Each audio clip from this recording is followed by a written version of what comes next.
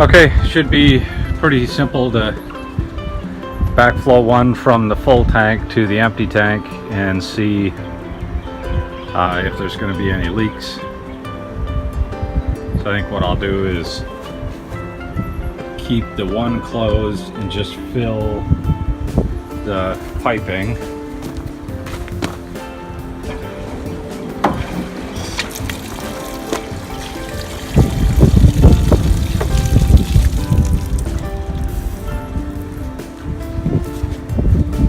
I doubt the camera picked it up, but the overflow did kick in there. So much water shot through that it backed out of the overflow, which is why it is extremely important to put a hole in the top of this fitting so that it creates an air gap. Otherwise you could create a siphon and dump a lot of water. Just give that a second, see if any leaks develop, or any drips, I mean.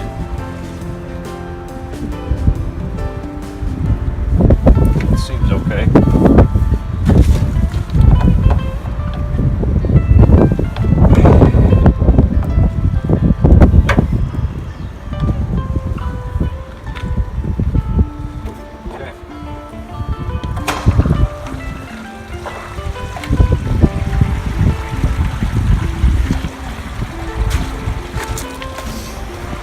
All right, so this tank will now gravity feed that one.